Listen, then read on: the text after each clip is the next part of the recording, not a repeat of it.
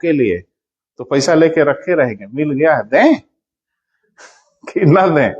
तो उनके पास भी कुछ अधिकार होना चाहिए ना, कि लो मांगे थे 500, लो 100 रुपया लो, काम चलाओ। फिर 100 रुपया खत्म हो गया, फिर कहेंगे कि भैया खत्म हो गया तो 100 और दे दीजिए। तो बीच में वो रहेगा जरूर। तो वित्त मंत्रालय जाते समय भी रहेगा, आते समय भी रहेगा।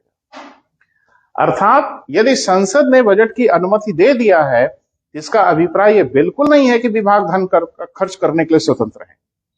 समझ पा रहे हैं ना? संसद ने अनुमति दे दिया कि हाँ भाई 20,000 करोड़ इन्होंने मांगा था, इनको 20,000 करोड़ दिया जा रहा है। अब यह मत समझना कि 20,000 करोड़ बक्से में बंद करके और पहुंचा दिया जाएगा, लो भैया आपने जो मांगा था। बिल्कुल नहीं, बीच में रहेगा कौन? वित्त मंत्रालय। और वो फिर नियंत्रण स्थापित करता है तब जबकि संसद ने अनुमति दे दिया। देखें, जब संसद बजट की स्वीकृति कर दे, लिखो बेटा, जब संसद बजट की स्वीकृति कर देती है तो इसका अभिप्राय यह नहीं है कि इसका अभिप्राय यह नहीं है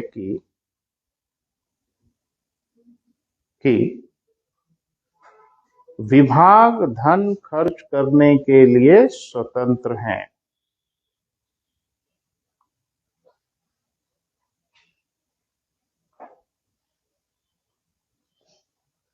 क्लियर है बेटा? अर्थात वित्त मंत्रालय बजट पारित होने के उपरांत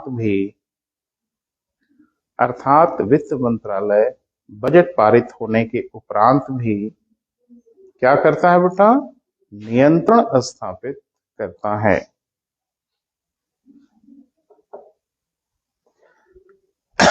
नियंत्रण स्थापित करता है। ठीक है बेटा?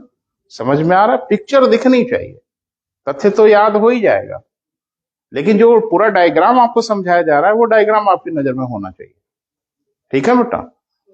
तो अब ये क्या करता है बेटा? मैंने कहा था कि इसके दो तरीके हैं, लेकिन ये दो तरीके कौन से हैं बेटा? बजट पारित हो जाने के बाद। तो पहला है जिसको हम लोग कहते हैं प्रभाजन। क्या कहते हैं बेटा? प्रभाजन। इंग्लिश में कहते हैं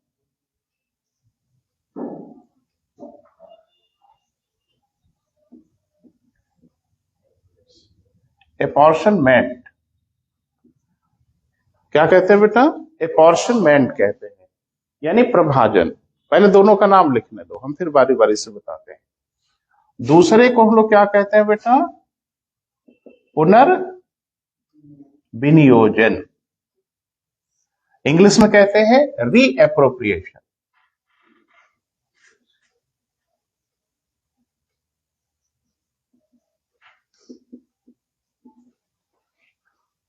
ये दोनों नाम बेटा याद रहना चाहिए किसी भी हालत में।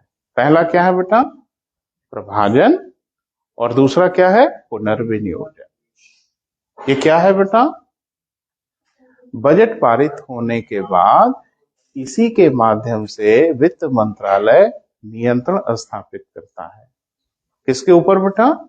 बजट पर या विभागों के ऊपर नियंत्रण स्थापित करता है। तो बारी बारी से लिखें या दो दो लाइन।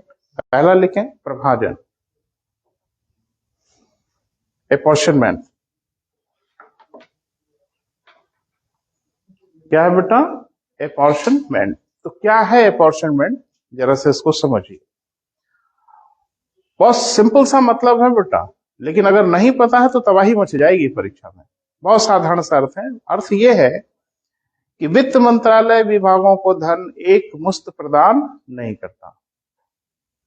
समझ पा रहे हैं? यानी संसद ने जो धन की स्वीकृति किया है विभागों को, वो एक बार में ही वित्त मंत्रालय विभागों को नहीं देता, वरन टुकड़े टुकड़े में देता है। तो टुकड़े टुकड़े कर देना ही कहलाता है अपॉर्शनमेंट, प्रभाजन, यानी उसके टुकड़े टुकड़े करके देता है। कैसे देता है वो जरा सुन लीजिए।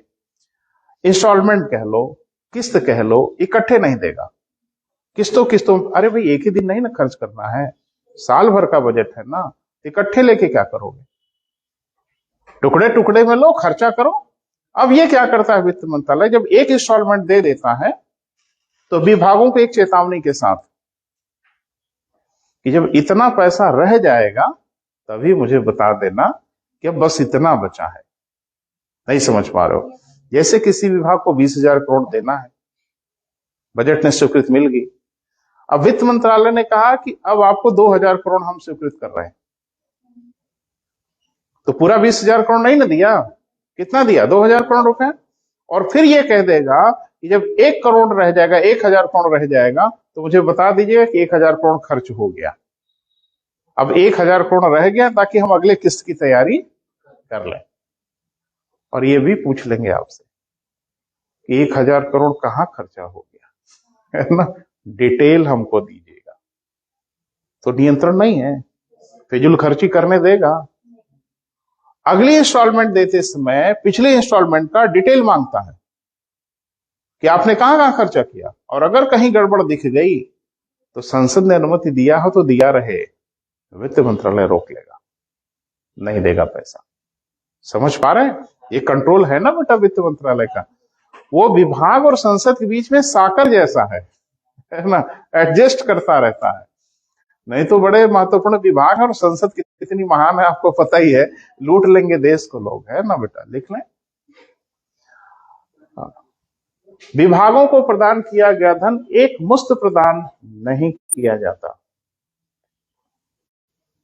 विभागों को प्रदान किया गया धन एक मुश्त माने सिंगल इंस्टॉलमेंट में नहीं प्रदान किया जाता,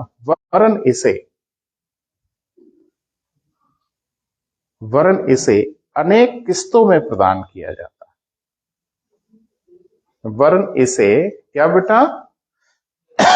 अनेक किस्तों में, इंस्टॉलमेंट में प्रदान किया जाता है।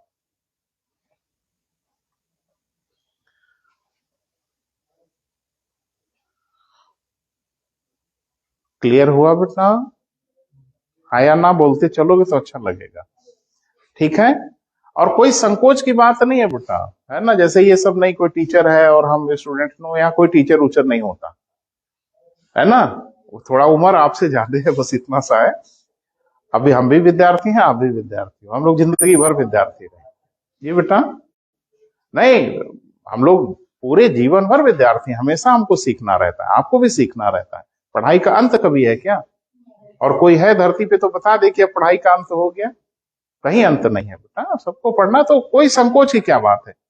घर में अपने बड़े बुजुर्गों से या अपने बड़े भाई से जैसे चीजें पूछ लेते हैं, हमसे पूछिए।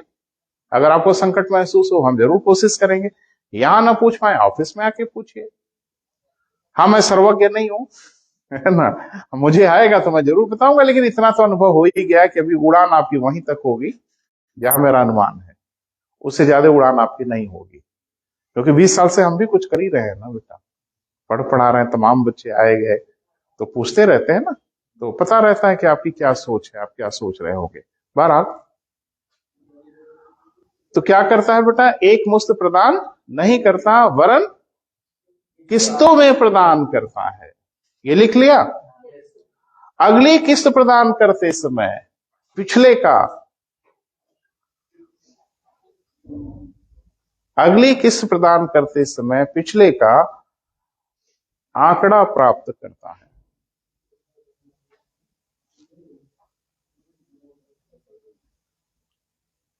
अच्छा, इसमें सिविल वगैरह का भी देने वाले मित्र हैं? उन्हें IAS वगैरह भी देने का है इरादा? बड़े डरे हुए हो भाई। ठीक है, तो मुझे लगता है बड़ी हैंडसम वैकेंसी है बेटा, 13 और 100 के आसपास वैकेंसी है IAS की। इतनी वैकेंसी तो हमने नहीं देखा था, तो बिल्कुल डरे नहीं, और कोई पहाड़ कुछ भी नहीं है। आप परीक्षा दें, अब फॉर्म अभी 21 तक भरा जा रहा है, तो बिल्कुल दीजिए, काट थोड़ी लेगा।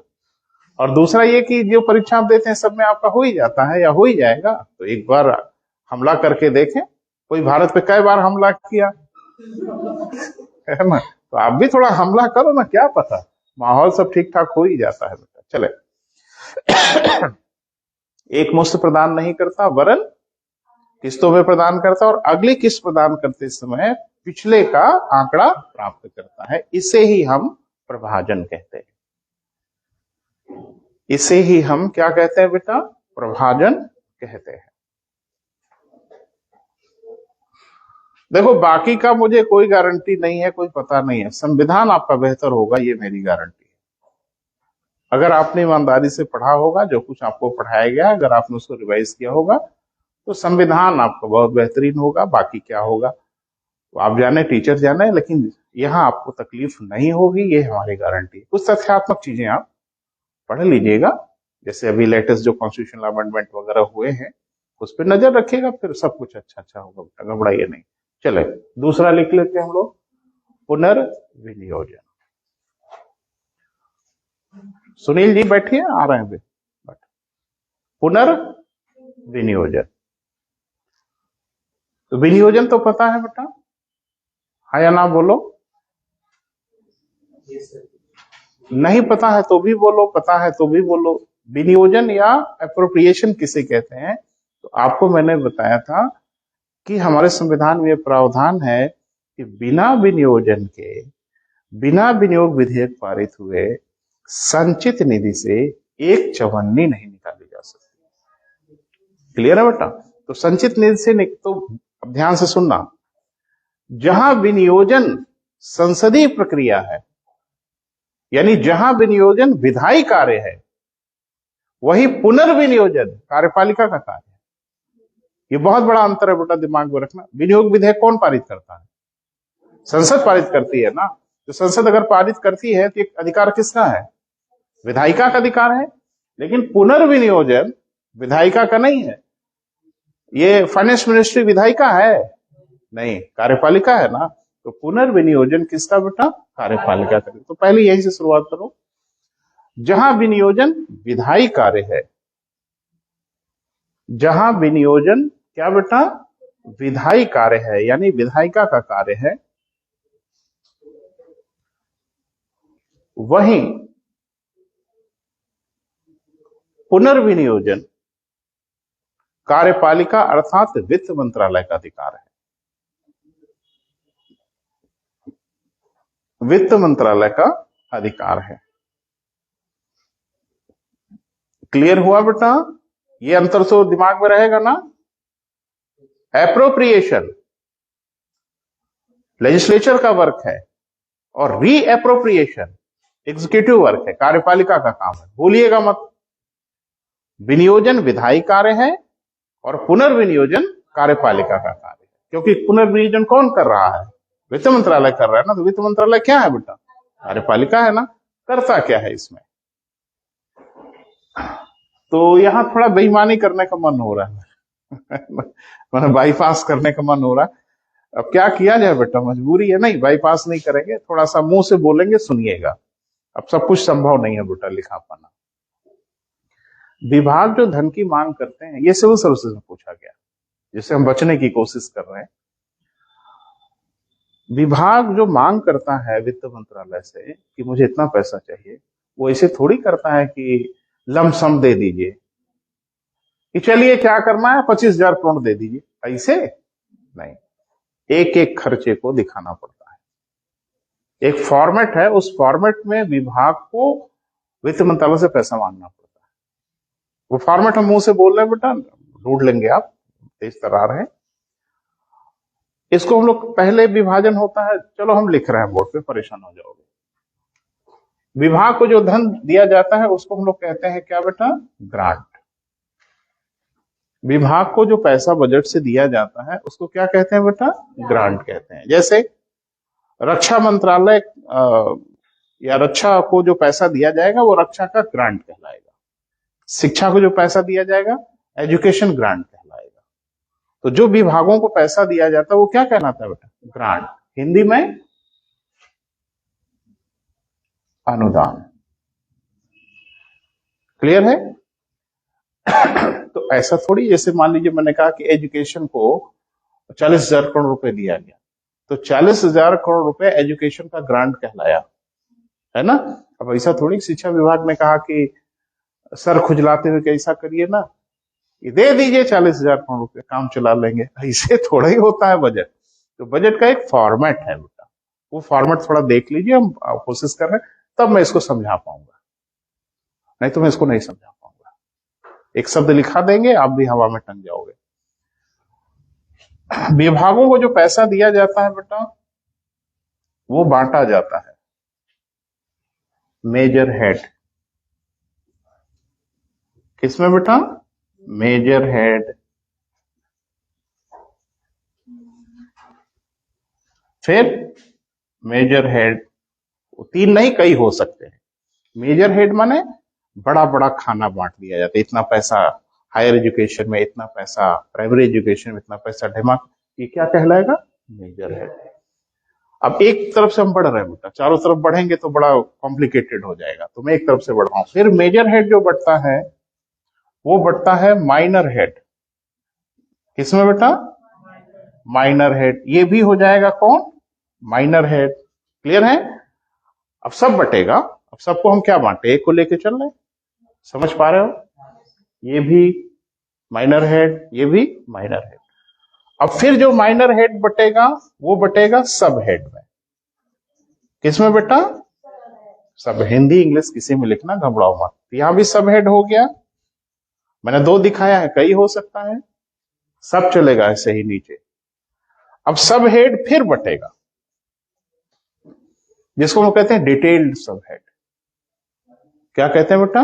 डिटेल्ड सब हेड। सब चलेंगे यहां तक। अब ध्यान रखना, अगर मेजर हेड का पैसा बच गया, नहीं खर्च हो पाया, इस मेजर हेड का पैसा शिक्षा वाला इस मेजर हेड में नहीं खर्च कर सकते। नहीं समझ पा रहे हो?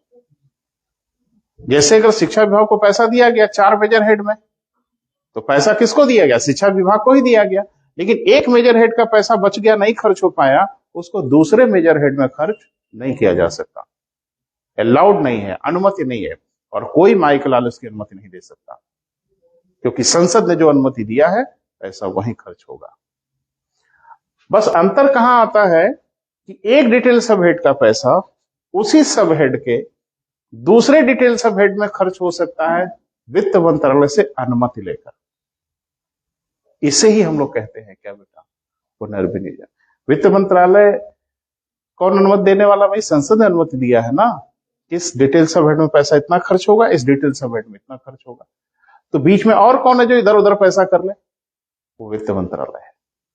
वित्त मंत्रालय से विभाग पूछे कि सर इस डिटेल सब हेड का पैसा बचा है, क्या दूसरे डिटेल सब हेड में हम खर्च कर सकते हैं? और वित्त मंत्रालय अगर अनुमति देगा तब तो ऐसा कर सकते हैं, अदरवाइज कहीं कोई पैसा इधर उधर खर्च नहीं होगा।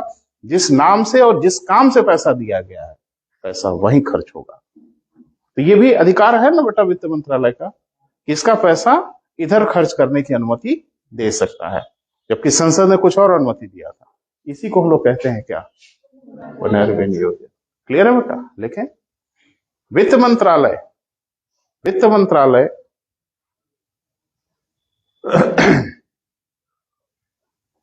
एक डिटेल्ड सब हेड, आराम से लिखो, विस्तृत उपशीर्ष अगर हिंदी में लिखना है तो, एक डिटेल्ड सब हेड का धन उसी सब हेड के दूसरे डिटेल्ड सब हेड में, दूसरे डिटेल्ड सब हेड में खर्च करने की अनुमति दे सकता है। खर्च करने की अनुमति क्या कर सकता है बेटा? दे सकता है। इसे ही हम क्या कहते हैं बेटा? पुनर्विनियोजन कहते हैं। अखिलेश जरा देख लिया करो बेटा, इसे ही हम लोग क्या कहते हैं बेटा? पुनर्विनियोजन कहते हैं। बैठ जाओ, बैठ जाओ। क्लियर है बेटा? तो पुनर्विनियोजन क्लियर हुआ, हाँ या ना? और ये प्रभाजन, अरे इतना जल्दी जल्दी बोलोगे तो मुसीबत हो जाएगी। ये पोस्ट बजट कंट्रोल है किसका बेटा? वित्त मंत्रालय का। दो तरीके से नियंत्रण स्थापित करता है, one is apportionment and one is reappropriation. प्रभाजन, हाँ थोड़ा सा बोल दोगे बेटा तो मुझे अच्छा लगेगा। प्रभाजन का मतलब संसद द्वारा स्वीकृत धन सीधे विभागों को नहीं दिया जाएगा, वाया वित्त मंत्रालय जाएगा, और वित्त मंत्रालय सारा पैसा एक साथ नहीं जाने देगा, वो टुकड़े टुकड़े में देगा, और अगला टुकड़ा देते समय पिछले की जांच पड़ताल कर लेगा। इसको क्या कहा जाता है बेटा? अपॉर्शनमेंट। क्लियर है? रीअप्रोप्रिएशन यानी संसद ने जहां धन खर्च करने की अनुमति दिया है उसमें थोड़ा सा फेरबदल वित्त मंत्रालय कर सकता है, ज्यादा नहीं कर सकता, मैंने बताया था लास्ट में कर सकता है, लेकिन विभाग अपने मन से तो ऐसा कर ही नहीं सकते। बिना वित्त मंत्रालय की अनुमति के कोई विभाग अपने मन से इधर का पैसा उधर खर्च नहीं कर सकता। आप वित्त मंत्रालय से अनुमति लीजिए, वित्त मंत्रालय अगर कहता है हाँ आप इधर का पैसा उधर खर्च कर सकते हैं तो करिए। इसको हम लोग क्या बोलते हैं बेटा? पुनर्। क्लियर है? अब हेडिंग बनाइए। एक्चुअली क्लास थोड़ा देर से शुरू हुई है। हाँ 10 मिनट तो कम से कम चलेगा।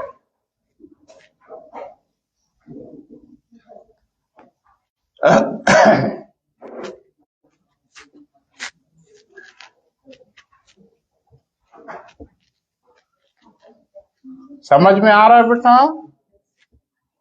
तो मैंने कहा कि दो लोग हैं ना बिचौलिया, एक वित्त मंत्रालय और एक कौन? संसद। और आका तो संसद ही है ना। एक चीज बताइए, पैसा संसद देती है, झूठ सही बोल के आप पैसा ले लो संसद से, अच्छी बात है। क्या संसद के पास अधिकार नहीं होना चाहिए? मुझसे पैसा लिए हो तो थोड़ा हम भी जाने कहाँ खर्च कर दिए। जो कह के मांगे हो पैसा, पैसा वही खर्च हुआ कि कहीं और तो नहीं खर्च हो गया? ये संसद की जिम्मेदारी नहीं है ना? तो संसद ये कैसे करती है, यही आपको जानना है। तो हेडिंग बनाइए, संसद का बजट पर नियंत्रण।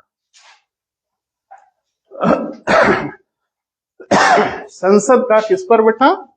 बजट पर नियंत्रण। संसद कैसे बजट पर नियंत्रण करती है? तो संसद का प्री बजट कंट्रोल तो आपने देख ही लिया। अरे भाई, संसद ही बजट की अनुमति देती है तो उसका प्री बजट कंट्रोल तो है ही है, वो अनुमति नहीं देगी, रोक लेगी। इसका मतलब है संसद का जो बजट पे नियंत्रण हम लोगों को देखना है वो पोस्ट बजट कंट्रोल, यानी पैसा जब पारित हो गया, पैसा विभाग के पास चला गया, तो क्या संसद के पास कोई अधिकार है वो नियंत्रण कर पाए, देख पाए कि पैसा सही जगह पे खर्च हुआ या नहीं हुआ? बहुत इंपॉर्टेंट है बेटा, ध्यान से पढ़ना। इसको थोड़ा सा समझना भी पड़ेगा। तो 2 शब्द हम बोलेंगे, थोड़ा सा रिस्पॉन्ड करिएगा। अगर आपको पता है तो बढ़िया है, और नहीं पता है तो हम बताएंगे। एक शब्द है एटॉप्सी, साइंस का शब्द है, बायोलॉजी वगैरह में दिखता है, और एक शब्द है बायोप्सी। कोई बताएगा क्या है? हिंदी बोले? अच्छा, हाँ, पोस्टमार्टम। ये भी अंग्रेजी ही है, खैर ये भी हिंदी नहीं है। पोस्टमार्टम समझते हो क्या होता है? अरे बेहिचक बात करो भाई, काहे शर्माने लगते हो? पोस्टमार्टम किसको कहते हैं?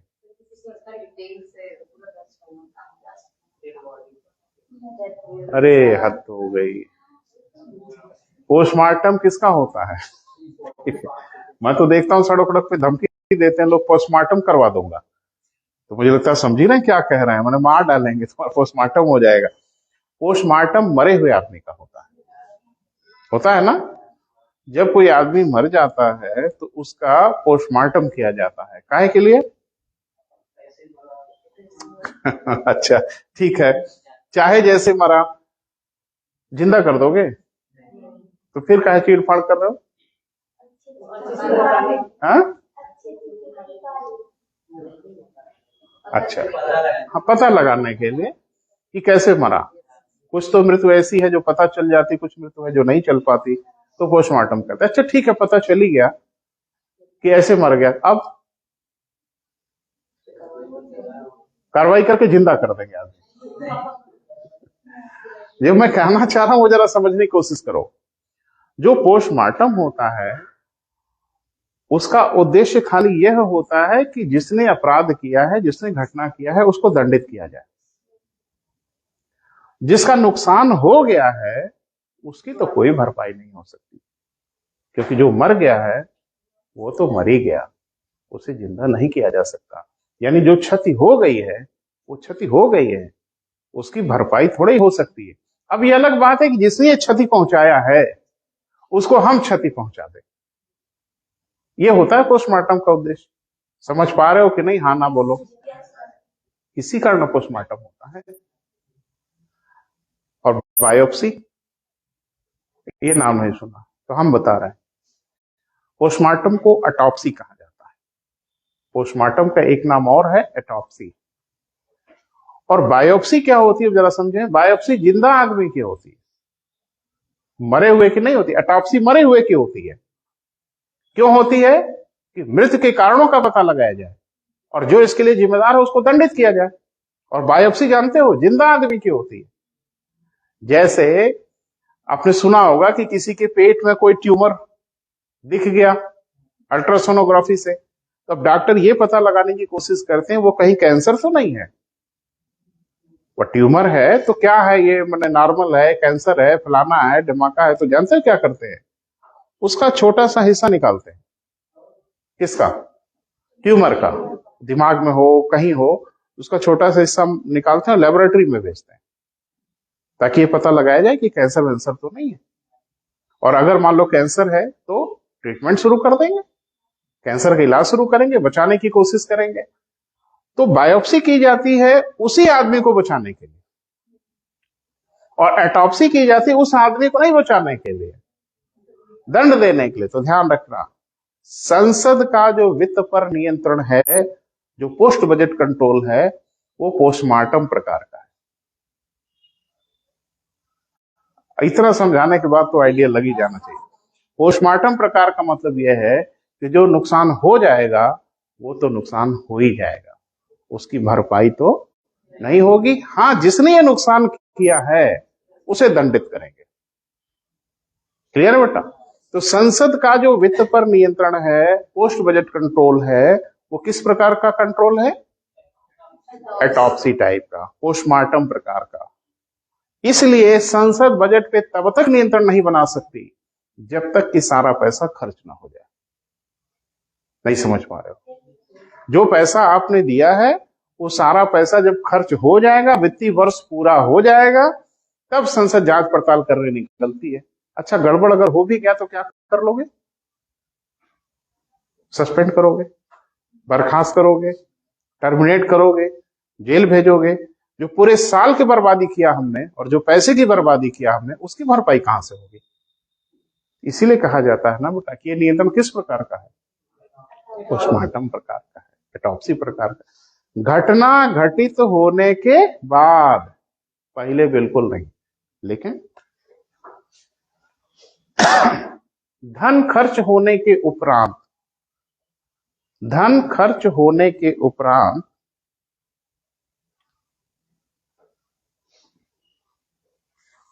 संसद, धन खर्च होने के उपरांत संसद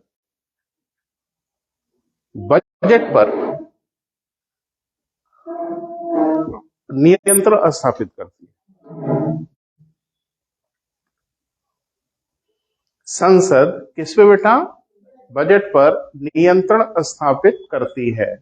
अब इसमें एक परेशानी बेटा आपको समझना होगा कि विभाग पैसा जब खर्च कर रहे होते हैं, अभी वित्तीय वर्ष समाप्त नहीं हो रहा होता है, उसके पहले संसद कुछ नहीं कर सकती। नहीं समझ पा रहे हो? पैसा 1 अप्रैल से 31 मार्च के लिए है ना। पैसा मिल गया विभाग को, अब विभाग उल्टा पुल्टा टेढ़ा मेढ़ा कुछ भी खर्च करे, संसद नहीं कुछ कर सकती। वित्त मंत्रालय भले कुछ कर ले, अभी पढ़ा आपने, संसद नहीं कुछ कर सकती। लेकिन संसद एक दिन करेगी, जब सारा पैसा खर्च हो जाएगा, वित्तीय वर्ष पूरा हो जाएगा, तो संसद कहेगी अब हिसाब किताब दो, कहां कहां खर्चा हुआ। क्लियर है बेटा? तो इसीलिए तो कहा जा रहा है कि पूरा पैसा जब तक खर्च नहीं हो जाएगा तब तक संसद नियंत्रण स्थापित नहीं करेगी। इसीलिए पोस्ट बजट कंट्रोल जैसा है ना बेटा? अब कैसे नियंत्रण स्थापित करती है वो थोड़ा देखना है, ध्यान से देखना बेटा, है बड़ा इंपॉर्टेंट। संसद का किस पर बेटा? बजट पर नियंत्रण।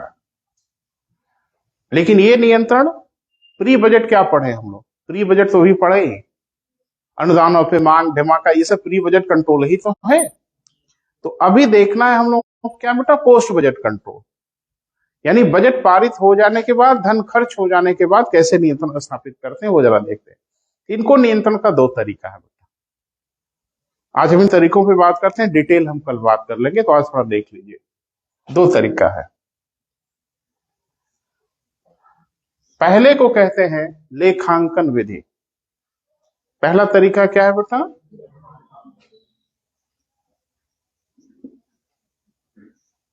लेखांकन विधि। और दूसरा है प्रतिवेदन विधि। दूसरा क्या है बेटा? प्रतिवेदन विधि।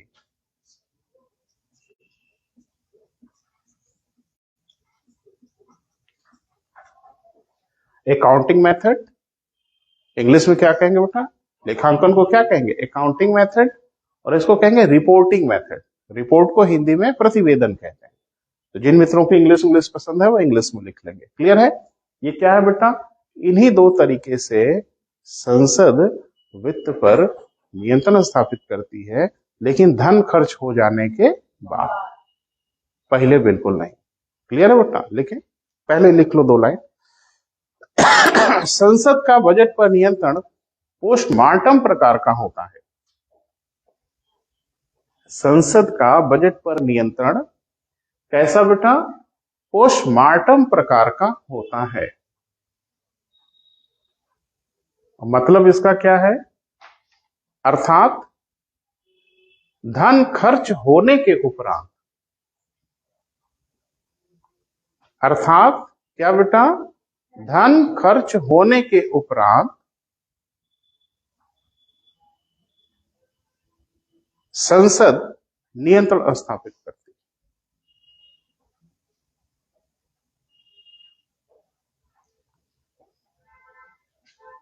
क्लियर है बेटा? कोई डाउट हो, संदेह हो, कोई वेदना दुख कुछ भी हो, हम बात करें। क्लियर है? चले, तो इसके प्रकार कौन कौन से बताए बेटा? 2 प्रकार हैं। हाँ लिखें, नियंत्रण के निम्न 2 प्रकार हैं। नियंत्रण के निम्न कितने बेटा? 2 प्रकार हैं। आज प्रकार लिख लीजिए, कल आपसे विस्तार से बात करेंगे। पहला लेखांकन विधि, अंग्रेजी भी लिख लीजिएगा बेटा, अकाउंटिंग मेथड। और दूसरा क्या है बेटा? प्रतिवेदन विधि, रिपोर्टिंग मेथड।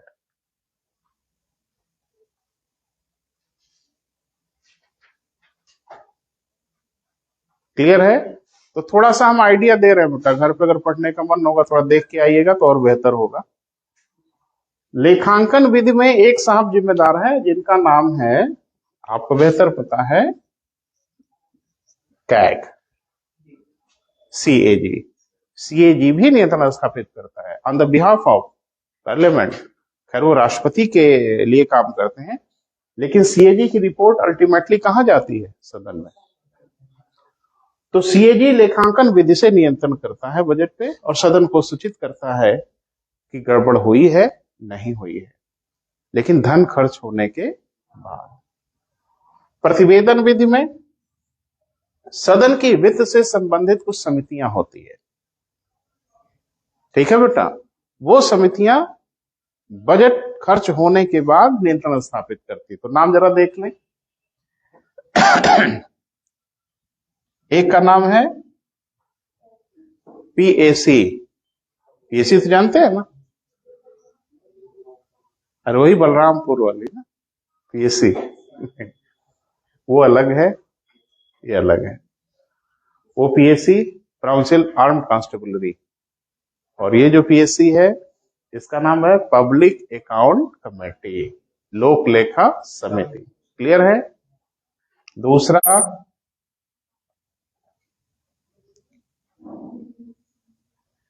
एस्टीमेट कमेटी, अनुमान समिति, मितव्ययिता समिति, कई नाम है इसके, लेकिन इंग्लिश में एक नाम है, क्या बेटा?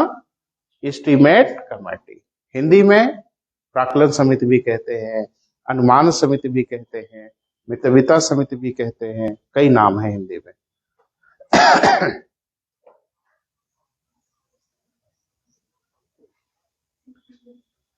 सीपीयू कहाँ होता है? ये तो कंप्यूटर में होता है ना? वहां भी गलत समझ लिया आप। यहाँ कंप्यूटर वाले में मतलब होता है सेंट्रल प्रोसेसिंग यूनिट, यहाँ वो नहीं मतलब है।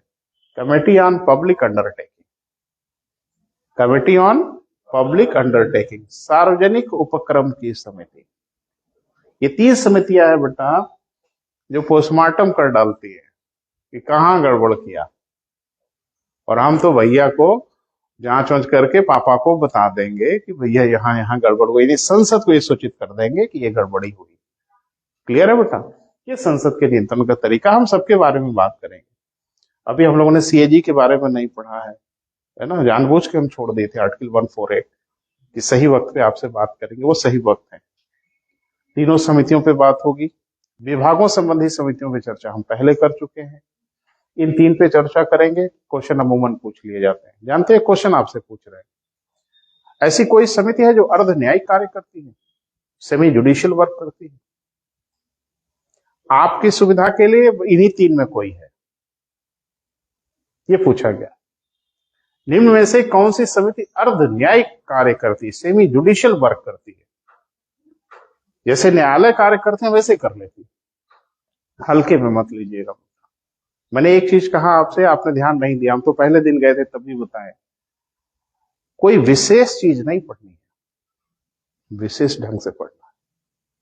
लोक लेखा समिति ही पढ़नी है, लेकिन वैसे मत पढ़ो जैसे सब पढ़ रहे हैं। अब हम ऐसे पढ़ेंगे जैसे कोई ना पढ़ा हो, तभी आप जीतोगे, नहीं पढ़ के भी हार जाओगे। तो लोक लेखा समिति आपने पढ़ा है, हम भी आपको पढ़ाएंगे। क्लियर है बेटा? लेकिन थोड़ा सा अलग नजरिए से देखेंगे, वो सब आपसे पूछ रहा है। ठीक है बेटा? तो यही अपनी बात समाप्त करें, हमारे मित्र आए हैं और वो आपसे बात करेंगे। ठीक है बेटा? Thank you so much.